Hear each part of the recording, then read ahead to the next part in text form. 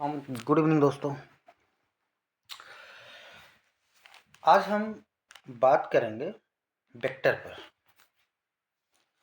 दरअसल अभी हम लोग हमको भी जो कुछ पढ़ाया गया है उसमें उस वेक्टर को ही बता दिया जाता है कि ऐसी कोई भी फिजिकल क्वांटिटी हो जिसमें डायरेक्शन हो और मैग्नीट्यूड हो, उसको हम वेक्टर कहेंगे, मतलब परिमाण और दिशा। तो आज हम टोटली इससे डिफरेंट जो है आपको थोड़ा सा अनकन्वेंशनल होगा, वो नॉन कन्वेंशनल तरीके से हम आपको समझाएंगे वेक्टर एक्चुअली में है क्या। मुझको नहीं लगता कि ये जो किताबों में हम लोग अभी तक पढ़े हुए हैं उससे हम एक्चुअल में वेक्टर क्या होता है इसके बारे में कायदे ढंग से नहीं जान सकते हैं। तो हम आपको आज एक नया जो है कॉन्सेप्ट और लॉजिक के साथ में बताएंगे कि वेक्टर एक्चुअली है क्या। तो चलिए इसमें थोड़ा सा हम और फिजिकल क्वांटिटी से स्टार्ट करते हैं जिससे आपको पूरा समझ में आ जाए।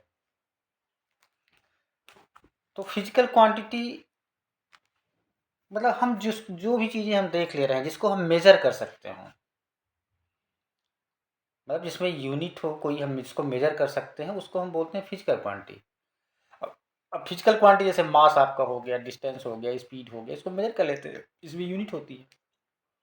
और ऐसी भी कुछ क्वांटिटी है जिसको हम मेज़र ही नहीं कर सकते, जैसे इमोशंस आपके हैं, कोई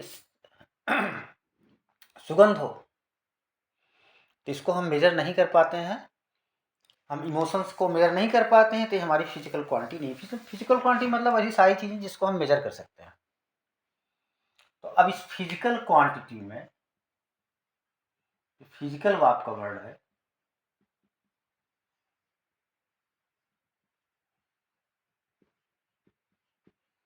जैसे मतलब कि ये मेजर्ड हो सकता है, इसको हम नाप सकते हैं। और नॉन फिजिकल में हम मेजर नहीं कर सकते हैं, जैसे कि आपका इमोशंस हो गया, सेंट हो गया, हमारी खुशी कितनी है, गम कितना है, ये सब जो हम नाप नहीं सकते हैं, तो हम इसको नॉन फिजिकल क्वांटिटी बोलेंगे। तो अब इस फिजिकल क्वांटिटी में हमारे पास दो तरह के ऑब्जेक्ट हैं। एक को हम बोलते हैं वेक्टर, पहले चलो हम स्केलर लिख देते हैं,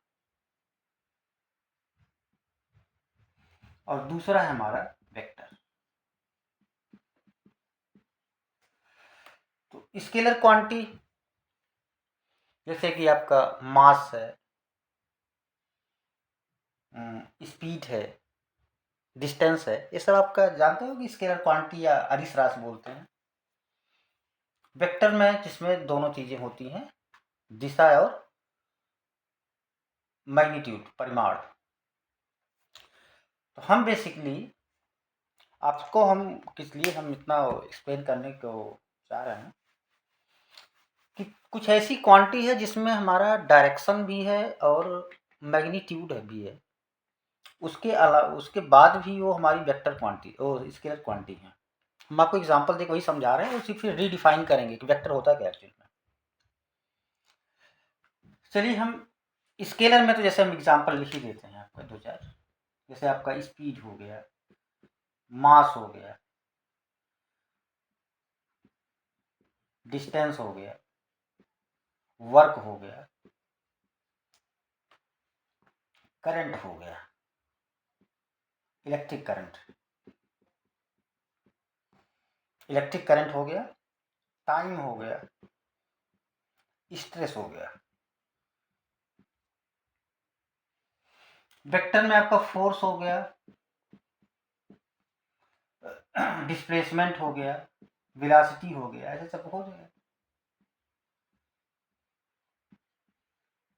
अब यहाँ आप ध्यान समझिएगा, आज तक मेरे समझ नहीं आया था इतना पढ़ने के बावजूद, जब तक मैंने इस पर बहुत डीप में नहीं गया कि एक्चुअली वेक्टर है क्या। अब इनको देखिए आप ध्यान से, इन तीनों चीज़ों पर जैसे कि डिफाइन ऑलरेडी करते हैं सारे सर लोग, ऐसी चीज़ें या ऐसे जो है फिजिकल क्वांटिटीज जिसमें डायरेक्शन होती है और जिसमें डायरेक्शन होती है प्लस उसमें मैग्नीट्यूड होता है, उसको हम बोलते हैं वेक्टर क्वांटिटी। और जिसमें डायरेक्शन नहीं होती है उसको हम बोल देते हैं स्केलर क्वांटिटी। अब सीधा सा बात है कि पहले तो हमको यही प्रॉब्लम है कि इसमें है डायरेक्शन की नहीं है, कैसे हम जाने। एक तो ये प्रॉब्लम आ गई। दूसरा ये बोलते हैं कि जो वेक्टर लॉ को फॉलो करे वो वेक्टर है। तो पहले तो हम डिफाइन करें कि वेक्टर है क्या, तब तो उसका हम लॉ पढ़ेंगे ना। तो यहीं से हमारा सारा कंफ्यूजन स्टार्ट हो जाता है। हम इन 3 चीज़ों पर थोड़ा सा वो करेंगे। अब यहीं से आपको समझ में आएगा वेक्टर है क्या एक्चुअल में। इसको हम पूरा ख़त्म कर रहे हैं।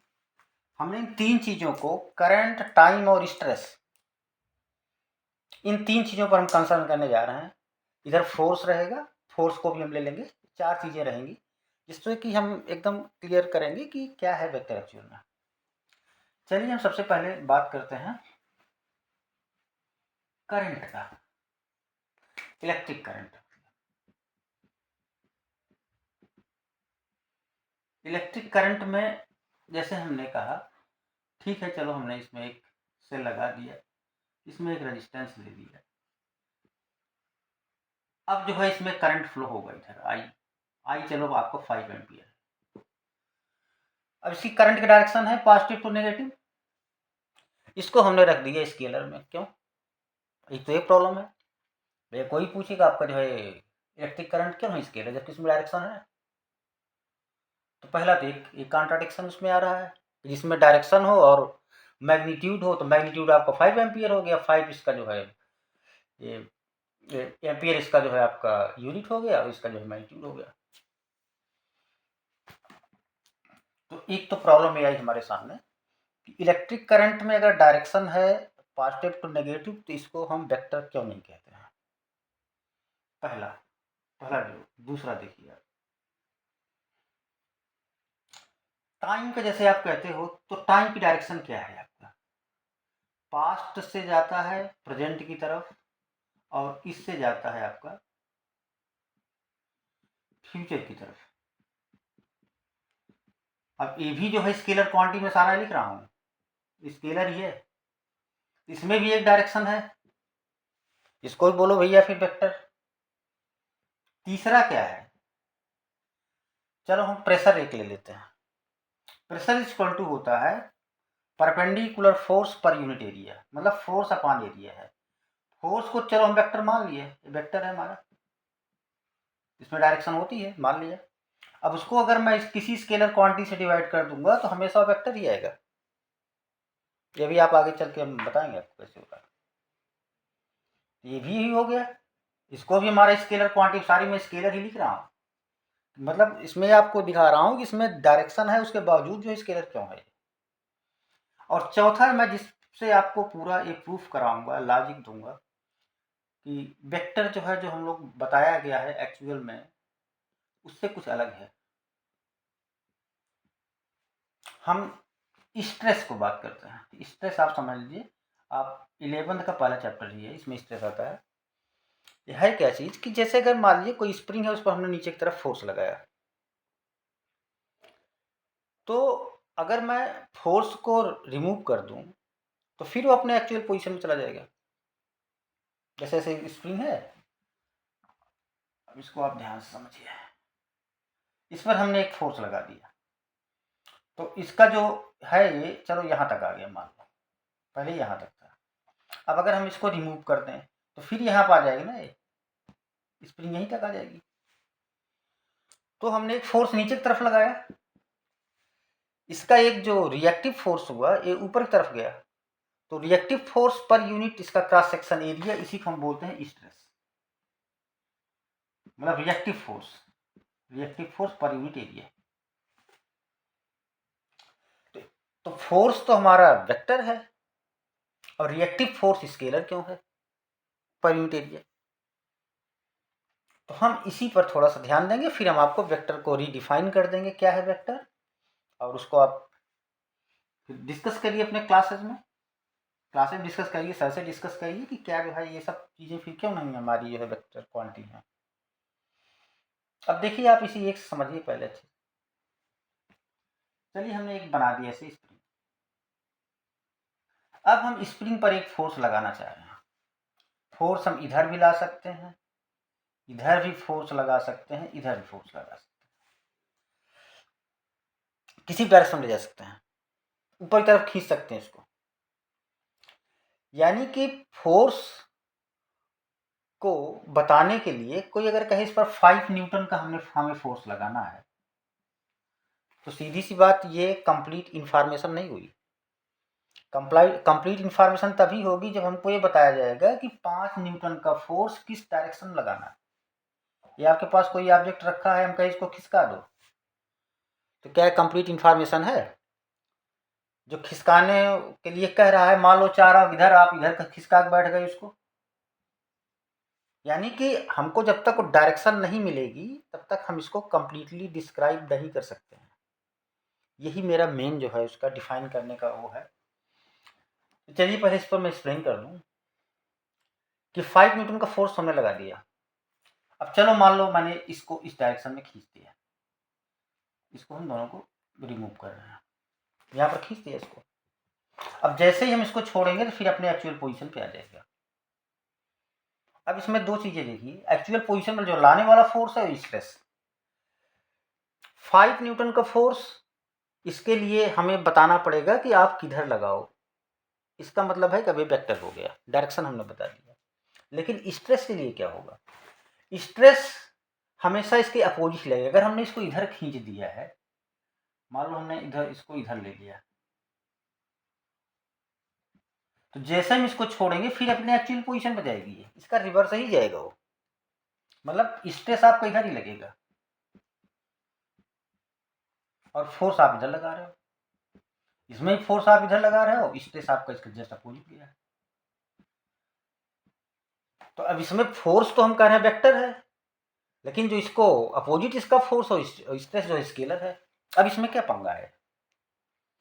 अब इसमें देखो भाई, समझने वाली चीज ये है कि जिस क्वांटिटी को कंप्लीट बताने के लिए, डिस्क्राइब करने के लिए हमें मैग्नीट्यूड के साथ में डायरेक्शन की भी जरूरत पड़े, उसको हम कहेंगे वेक्टर। और जिसमें डायरेक्शन की जरूरत ना पड़े वो हो गया स्केलर। अब आपको मैं समझा रहा हूं कि ये स्केलर क्यों है। ये सब इसमें 5 एम्पियर की करंट फ्लो हुई पॉजिटिव टू नेगेटिव थ्रू जो है रेजिस्टेंस के। अब इसकी डायरेक्शन तो फिक्स है, ऐसा तो नहीं हो सकता करंट इधर इधर माइनस टू नेगेटिव फ्लो हो। मतलब इसमें हमें करंट की डायरेक्शन को बताने की जरूरत नहीं पड़ी, तो इसलिए क्या हो गया, हमारा स्केलर हो गया। डायरेक्शन होने के बावजूद, डायरेक्शन है इसमें, लेकिन चूंकि हमें इसमें उस करंट की डायरेक्शन बताने की जरूरत ही नहीं पड़ी, ये प्री डिटरमिन है। पहले से जो है हमारा ये डिटरमिन कर दिया गया है, पहले से इसको डिक्लेयर कर दिया गया है कि हमेशा पॉजिटिव टू नेगेटिव ही करंट फ्लो होगा और हमें इसमें डायरेक्शन की कोई जरूरत नहीं है, वही यूनिवर्सल है। इसलिए क्या हो गया आपका स्केलर क्वांटिटी हो गया। टाइम का भी वही हाल है, हमेशा जो टाइम का डायरेक्शन होगा past to present to future होगा। इसलिए इसमें चूंकि हम डायरेक्शन कोई चेंज नहीं कर सकते हैं, प्री डिफाइंड है, इसीलिए हम इसको कहेंगे भी स्केलर है। एक प्रेशर को हमने कहा था, pressure perpendicular force per unit area, मतलब इसमें जो फोर्स लगेगा परपेंडिकुलर, अगर कोई प्लेन है उसके परपेंडिकुलर लगना है, तो हमने डायरेक्शन ऑलरेडी इसको डिसाइड कर दिया है। इसलिए क्या हो गया, इसमें डायरेक्शन को जरूरत नहीं पड़ी बताने की, परपेंडिकुलर ही है। इसमें स्ट्रेस को देखिए, ये आपको सबसे ज्यादा वो अच्छा एक्सप्लेन कर देगा कि फोर्स के लिए तो हमें डायरेक्शन देनी पड़ी, हम इधर खींचे किधर खींचे, है ना। तो फोर्स को कंप्लीट डिस्क्राइब करने के लिए हमें जो है उसकी डायरेक्शन को बताना पड़ा। लेकिन स्ट्रेस इसका जस्ट रिएक्शन है, उसके लिए हमें डायरेक्शन बताने की जरूरत नहीं है और सीधा इसके अपोजिट कर दो तो हमारा स्ट्रेस आ गया।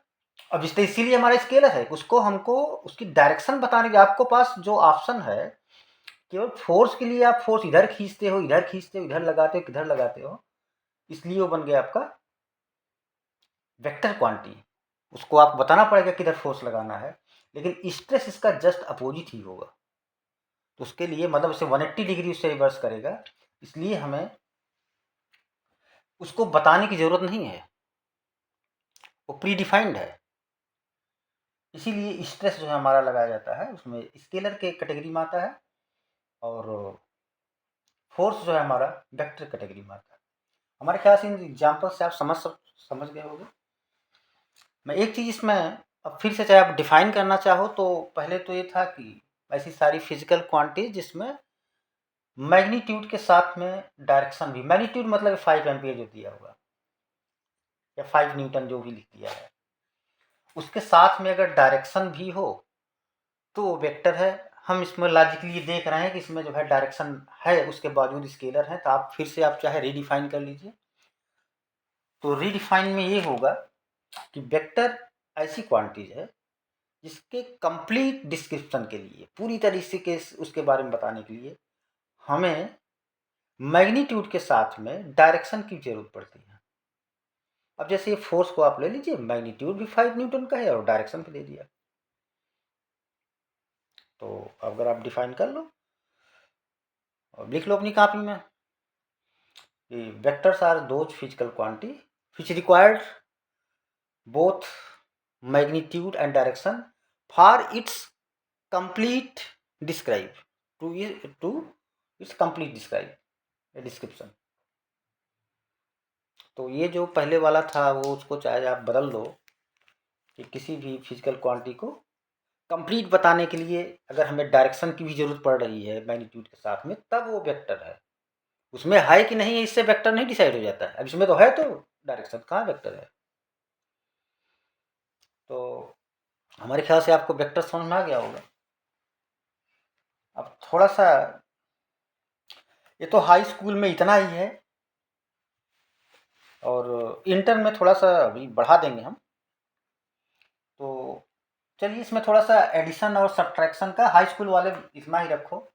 अब थोड़ा लेवल, थोड़ा ऊंचे लेवल की बात है इंटर वालों के लिए।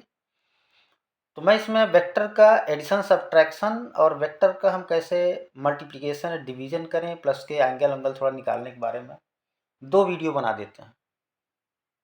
एक ही बनाएंगे तो बहुत बड़ा हो जाएगा। इसको आप अच्छे समझ गए होंगे हमारे ख्याल से। ये आप क्लेम कर सकते हो किसी के सामने कि भैया इसमें डायरेक्शन है तो भी ये क्यों है, तो आप हमारे ख्याल से आप क्लियर हो गया होगा आपको।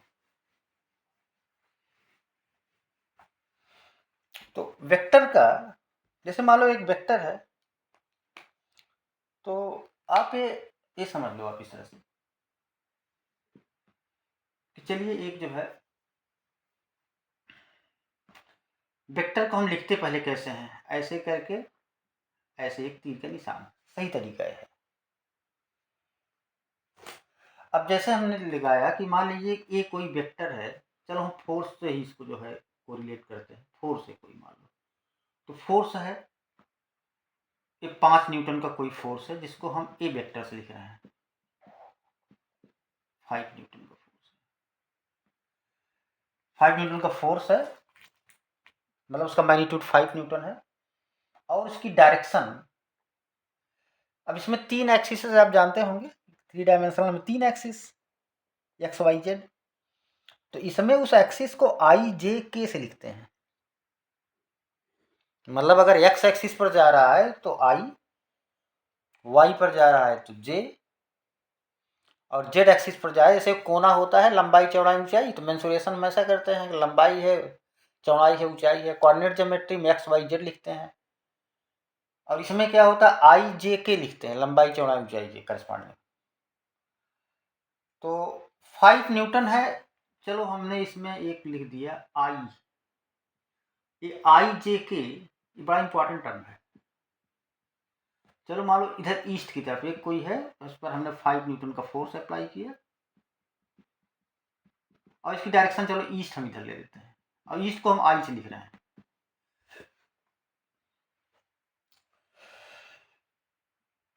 तो एक वेक्टर आपका मान लो चलो ये हो गया, ये आपका वेक्टर ही हो गया। और दूसरा वेक्टर एक हम चलो हम ऐसे और ले लेते हैं, मतलब एक फोर्स और लग गया। अब इनका दोनों का रिजल्टेंट क्या होगा, तो इसको बताने से पहले थोड़ा मैं आई जे के पर आपको और जो है कवर कर दूं, क्योंकि अब सारा खेल इसी का होने जा रहा है। थोड़ा सा मैं इसको मैं लेता हूँ अभी। जैसे हमने लिख दिया ए आई, मतलब एक वेक्टर है कोई, उसमें आई लिखने का मतलब कि उसका डायरेक्शन बता दिया। ए i plus b J plus सी के, चलो हमने लिख दिया। ये चलो ये वेक्टर कोई हमारा एक्स है मान लो, इसको हमने इससे डिनोट कर दिया। अब इसका मतलब ये है, चलो हम पहले इतना हम देखते हैं। इतने पर आई जे और के, ये जो है आपका हो गया, ये आई डायरेक्शन मान लो, इसका मैग्नीट्यूड आई डायरेक्शन में है। मैग्नीट्यूड को हम ऐसे लिखते हैं, इस पर लाइन नहीं लगाएंगे। और बी जो है इससे परपेंडिकुलर है, जैसे आपका एक्स वाई जेड एक्सिस, ये आपका बी हो गया, चलो ये बी ले लिया। और डायरेक्शन क्या हो गया इसका, जे। और के जो है आपका जो ऊपर की तरफ आया, उधर ऐसे तो हम ऐसे चलो बना देते हैं, ये चलो के हो गया आपका, इसमें प्लस सी ए सी हो गया। तो डायरेक्शन आप वही कोने आप देख लीजिए, आई जे की ओर से कर सकते हो, क्योंकि ये 2 डायमेंशनल है, हमें लेना है के को 3 डायमेंशनल, तो नहीं हो दिखाई पड़ेगा ऐसे, मतलब आप सब इसको सपोज कर लीजिए। तो अब इसका मैग्नीट्यूड है, इसका मैग्नीट्यूड है, इसका मैग्नीट्यूड है। आई क्या है, जे क्या है, के है। आई जो है ये आपका यूनिट वेक्टर है। यूनिट वेक्टर मतलब क्या हो गया, मैं समझा रहा हूँ। जैसे मान लीजिए हमने 5 न्यूटन का फोर्स लगाया ईस्ट डायरेक्शन में, ये कोई वेक्टर है आपका, एक्स चलो ले लिया, ठीक है। 5 न्यूटन फोर्स लगाया, फोर्स है तो ये आपका ईस्ट डायरेक्शन लगा दिया। अब अगर मैं इसको यूनिट वेक्टर क्या होगा, एक्स का अगर मैं यूनिट वेक्टर निकालना चाहूं,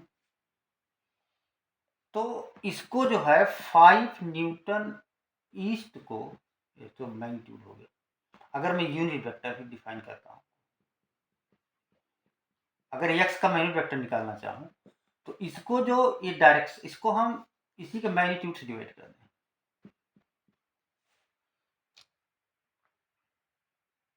मतलब अब तो इसमें केवल डायरेक्शन बचा और एक यूनिट, इसकी एक यूनिट बच गई, मैग्नीट्यूड। तो यूनिट वेक्टर बड़ा इंपॉर्टेंट टर्म है। यूनिट वेक्टर क्या हो गया, ऐसा वेक्टर हो गया जिसका कि जो मैग्नीट्यूड हो वो तो 1 हो, तो कट 1 हो जाएगा ना, लेकिन डायरेक्शन हो आई जे के। तो इसका मतलब कि अगर हमें यूनिट वेक्टर किसी को लिखना है, तो वेक्टर को हम पूरे डिवाइड करेंगे उसके मैग्नीट्यूड से। मतलब कि वेक्टर अगर x को हम डिवाइड कर दें, उसके मैग्नीट्यूड को हम ऐसे लिख रहे हैं, ऐसे इसमें मैग्नीट्यूड के माड होता है ना, माड का सिंबल, तो ये आपका होगा यूनिट वेक्टर x का। अब कैसे मुझे कैलकुलेट करें, बड़ा आसान है, कुछ नहीं करना है। देखो आई जे और के तीनों जो है एक दूसरे के परपेंडिकुलर है, तो इसका जो रिजल्टेंट अगर इन दोनों को हम निकालें, तो पाइथागोरस थ्योरम लगा सकते हैं, अगर परपेंडिकुलर है तो 90 डिग्री। तो क्या हो जाएगा इसका, अगर दोनों का, चलो मान लो इसमें x equal to a i plus b j है, तो इसका जो मैग्नीट्यूड होगा, ए इतना हो गया, बी इतना हो गया, बीच में 90 डिग्री एंगल, तो हो जाएगा अंडर रूट ए स्क्वायर प्लस बी स्क्वायर। अब सपोज करिए एक कोने में उसमें सी भी है, लंबाई चौड़ाई ऊंचाई भी है, तो प्लस सी स्क्वायर हो जाता है।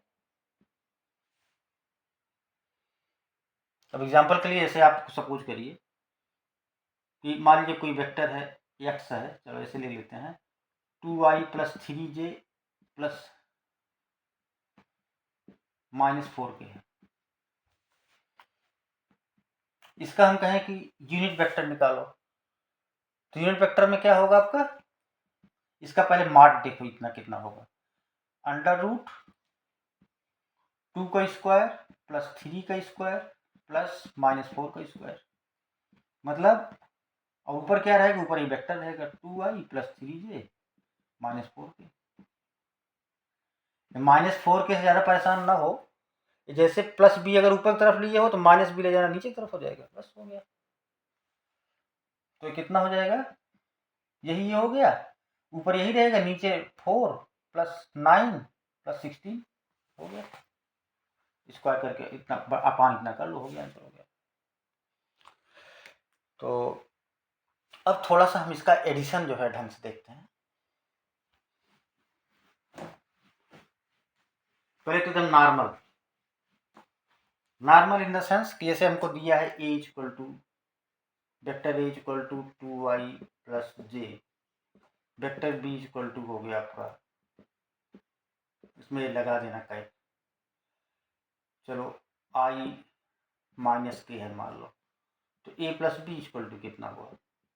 अब इसमें आपको ध्यान देना है कि जो ये सेम उसके यूनिट वेक्टर वाले हैं इसको एक साथ जोड़ना है, बाकी को अलग। मान लो इसमें चलो 2i और प्लस i 3i हो गया, और कोई j में है नहीं, प्लस j हो गया माइनस के।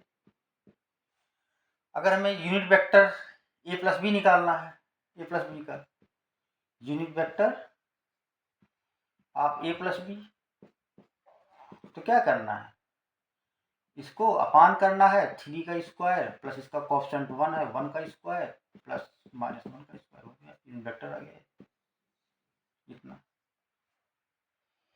अगर माइनस करना है तो भी कोई दिक्कत नहीं, इसमें से इसको माइनस कर दो, ये माइनस बी निकाल दो, तो 2i में से i माइनस होगा, ये माइनस बी अगर निकालना है तो 2i माइनस i करोगे तो i बचेगा, और j में से कुछ घटना नहीं तो j ऐसे उतर आएगा, माइनस में से माइनस के करोगे तो प्लस के हो जाएगा आंसर।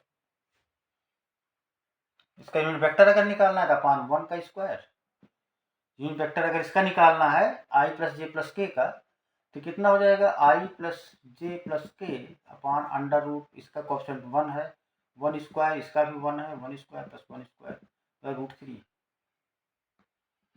मतलब इतना अपान रूट 3। तुम्हारे ख्याल से समझ में आ गया होगा। अभी तक ये जो है खिलवाड़ था, अब इंटर में थोड़ा सा अच्छा हुआ है सब। इसमें मैं दो पार्ट कर देता हूँ, एक तो जो है एडिशन और सब्ट्रैक्शन का, और दूसरा वाला हम इसमें कर देंगे मल्टीप्लिकेशन का, मल्टीप्लिकेशन और उसका ये जो प्रोडक्ट लेते हैं क्रॉस प्रोडक्ट डॉट प्रोडक्ट, बहुत अच्छे समझ में आ जाएगा, आई जे का क्या रोल है वो समझ में आ जाएगा उसमें अच्छे से। तो चलिए इसमें थोड़ा सा ज़्यादा है नहीं, तो एक इसमें दो ला है, पहला है आपका ट्राइंगल ला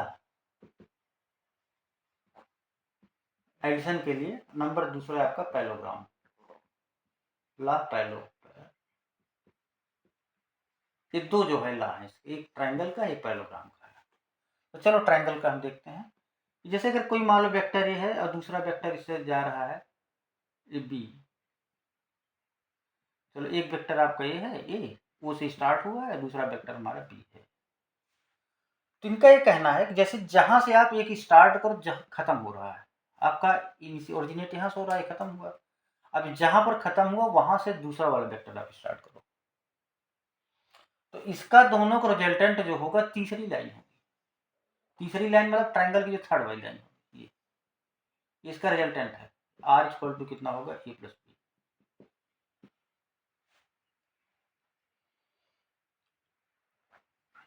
तो अगर ट्रायंगल को आपको डिफाइन करना है तो इसमें आप ऐसा कह सकते हो कि अगर दो वेक्टर हैं जो किसी ट्रायंगल के दो साइड को रिप्रेजेंट करते हैं तो इसका रिजल्टेंट थर्ड लाइन होगी, बस। अब इससे बढ़िया जो है पैरेललोग्राम का, अब इसको देखो, आप इस चीज से आपका सारा क्वेश्चन हल हुआ।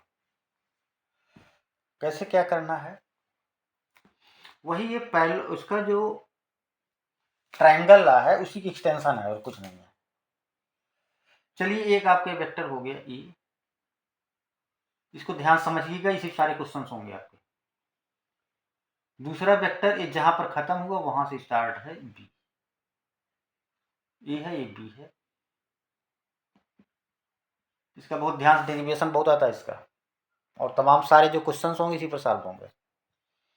इन दोनों के बीच में जो एंगल बन रहा है ये थीटा बन रहा है, सपोज करो, चलो हम इसको ले लिए थीटा, मतलब एक हमारा ए है वेक्टर, दूसरा वेक्टर बी है, वेक्टर समझने से फोर्स लग रहा है मान लो, तो और इनके बीच में जो एंगल बन रहा है दोनों एक लाइन में नहीं है, कोलिनियर उसमें नहीं है, सेम कोलिनियर में दोनों के बीच में जो एंगल बन रहा है कोई थीटा बन रहा है। तो हमको ये देखना है कि इसका जो रिजल्टेंट होगा, चलो हम आर उसको लिख देते हैं। ये रिजल्टेंट कितना होगा ये हम चाहते हैं, मतलब इसमें थोड़ा सा चलना नहीं। चलो चीज लिखता हूँ, हम इसमें आर चाह रहे हैं,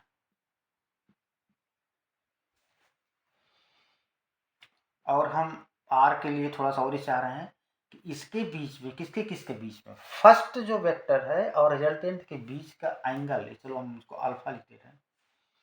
हम अल्फा निकालने की कोशिश करेंगे, थीटा निकालने की कोशिश करेंगे, ए निकालने की, बी निकालने की और आर निकालने की।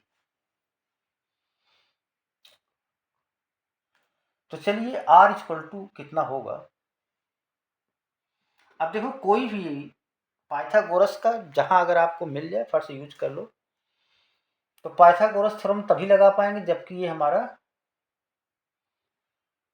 राइट एंगल ट्रायंगल होगा। तो हम इसको बना रहे हैं राइट एंगल ट्रायंगल, यहां से हम एक परपेंडिकुलर ड्रा कर दे रहे हैं यहां पर। चलो एक पॉइंट हो गया डी, आपका बी ए है, ध्यान रखो इसका।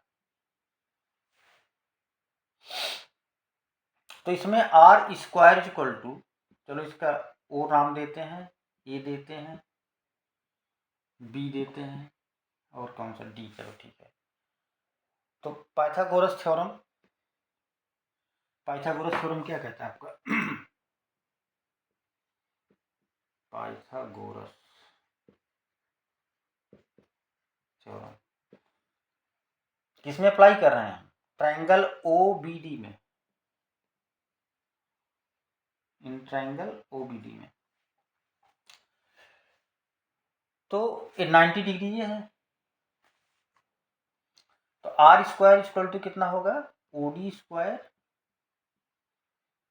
Plus B D square. अब यहाँ पर आप देखिएगा बहुत पूछा भी जाता है, ओ डी लिख सकते हैं हम O A plus A D plus B D square. अब जरा सी इसको आप देख लीजिए कहाँ से कैसे ये होगा, ई डी बी डी कहाँ से आएगा। ओ ए तो हमको मालूम है एक बराबर है, ए डी क्या होगा, देखिए यहाँ पर इस तरह से मैं यही बना दे रहा हूँ इतना, ये बी है, ये डी है, ये थीटा है और ये आपका बी है। अगर मैं साइन थीटा ले तो यहाँ पर क्या है ए, साइन थीटा बराबर क्या होगा, perpendicular upon hypotenuse B D upon hypotenuse इसका बी, यानी कि बी डी इक्वल टू कितना हो गया, बी साइन थीटा। इसी तरह से कास थीटा इक्वल टू क्या होगा, कास थीटा इक्वल टू होगा बेस अपॉन हाइपोटेन्यूस, बेस आपका A D upon B, means A D equal to B cos theta, यानी कि ए डी इक्वल टू कितना हो गया हमारा है बी कास थीटा, और ये जो है हमारा है B sign theta, B sign theta. कोई दिक्कत तो नहीं हो रही होगी हमारे ख्याल से। तो R square equal to O A मतलब कि vector A plus A D अभी हमने निकाला हुआ है बी कास थीटा, इसका होल स्क्वायर, बी डी अभी निकाला वहां पर B sign theta whole square. ये आपका हो गया ए प्लस बी को होल स्क्वायर इसको ब्रेक कर दे रहे हैं, A square plus B square cos square theta plus 2ab cos theta. ये समझ में आ गया होगा, ए प्लस बी का होल स्क्वायर से इसमें एक्स प्लस वाई का होल स्क्वायर से ब्रेक कर रहे हैं, equal to x square plus y square plus 2xy, यही इसमें हमने लिखा है, प्लस यहाँ पे क्या है b square sine square theta, b square sine square theta. अब देखिए यहाँ पर b square cos square theta इसमें है, तो ए स्क्वायर ले लिया प्लस बी स्क्वायर इसमें कॉमन ले लिया, cos square theta plus sine square theta, इसमें दोनों कॉमन हो गया, प्लस 2ab कास थीटा। इसकी वैल्यू टोटल होगी 1, साइन स्क्वायर थीटा प्लस का स्क्वायर थीटा इक्वल टू 1, यानी ए square plus B square plus 2ab cos theta. इसको बड़ा इंपॉर्टेंट है, रिलेशन है। तो आर इक्वल टू निकालेंगे तो अंडर रूट में हो जाएगा, मैग्नीट्यूड आर लेंगे तो मैग्नीट्यूड सब ले लेना। ये बड़ा इंपॉर्टेंट फार्मूला भैया, इसी सारे हल हो गए चाहे जो क्वेश्चन आप लाओगे। अब अल्फा की वैल्यू मैं निकाल लूँ। अभी आप देखो आगे, चलो यहाँ लिख देखा tan अल्फा। जानते हो अक्सर जो है ना, आपका कोई अगर एंगल निकालना होता है तो उसको एक बड़ा अच्छा नाम दिया है, राइज अपॉन रन। राइज मतलब कि ये जो ऊपर जा रहा है, और रन मतलब ये, तो इसी दोनों के ये एंगल निकलता है। भाई ये जितना ही ऊपर जाएगा उतना एंगल बढ़ेगा, मतलब इसी पर डिपेंड है। तो एंगल मतलब स्लोप भी चाहिए, जो tan alpha equal to rise upon run. इसको नोट कर लेना आप कि हम इसी से क्यों निकालते हैं। तो राइज इसमें क्या हो गया, BD अपॉन रन क्या हो गया आपका, OD। तो BD किसके बराबर, अभी मैंने लिखा हुआ है यहाँ पे, BD आपके लिखा था B साइन थीटा। तो B sine theta upon OD, OD हमारा A plus B cos theta, A plus B cos theta. समझ रहे होंगे थीटा क्या है, दोनों एंगल दोनों वेक्टर्स के बीच पे tan अल्फा के बराबर हो गया। मतलब अगर हमको अल्फा लिखना है तो tan इनवर्स, ऊपर लिख देता हूँ, चलो यहाँ लिख देता हूँ, ऊपर लिख B sine theta upon A plus B cos theta. तो दो फार्मूले आपके हैं, मैं यहाँ फिर साफ साफ लिख दे रहा हूँ। अगर रिजल्टेंट R निकालना है तो R इक्वल टू कितना हुआ आपका, अंडर रूट A का स्क्वायर प्लस B का square plus 2ab cos theta. Alpha equal to कितना हुआ, tan inverse B sine theta upon A plus B cos theta.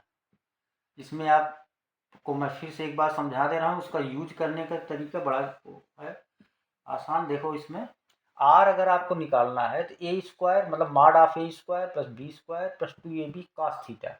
Theta क्या है, थीटा इस दोनों के बीच का एंगल है, फर्स्ट वेक्टर और दूसरे सेकंड वेक्टर के बीच का एंगल है। मतलब फर्स्ट वेक्टर इधर जा रहा है, सेकंड वेक्टर इधर जा रहा है, दोनों के बीच का एंगल थीटा हो गया। अल्फा क्या है, अल्फा को फिर डिफाइन कर लो। अल्फा क्या है कि फर्स्ट वेक्टर और रिजल्टेंट के बीच का एंगल है। तो आप इस पर तमाम क्वेश्चन कम से कम हमारे ख्याल से 5-7 नंबर क्वेश्चन इससे आप कर सकते हो। तो अभी मैं एक वीडियो और बनाऊंगा और उसमें अभी एडिशन का हो गया है, अब आप न्यूमेरिकल करो और बताओ हमको, कमेंट डालना। अब मेन जो है इसका सबसे जो बढ़िया चीज़ है या जो कोर है वो है इसका प्रोडक्ट कि वेक्टर का प्रोडक्ट कैसे हम निकालें, मल्टीप्लाई कैसे करें। एडिशन तो आप देख लिए हो, बस अब इसमें बस थीटा की वैल्यू रखते जाओ। ट्रिग्नोमेट्री मैंने पढ़ा है, एक बार उसको फिर से देख लेना। जैसे थीटा इक्वल टू कुछ भी ऐसे दे दिया, मान लो दोनों दो वो है ट्रायंगल है, दो वेक्टर हैं, एक का मैग्नीट्यूड कुछ दे दिया और उसमें दे दिया थीटा दे दिया कुछ भी 45 दिया 180 दिया, जो मन कहे दे दे, थीटा की वैल्यू रखो, निकल जाएगा बार। ट्रिग्नोमेट्री वाला एक बार जो 3-4 हो उसको पढ़ लो अच्छे से, उसमें इनफाइनाइट तक दिया है। ठीक है, ओके। मैं अभी जो है इसका एक पार्ट और बनाता हूँ, इसको पहले अपलोड कर दूँ। तो जो समझ में ना आए उसको आप तुरंत कमेंट में डालिए, मैं उसको फिर से बना दूंगा। ओके ठीक है, गुड नाइट।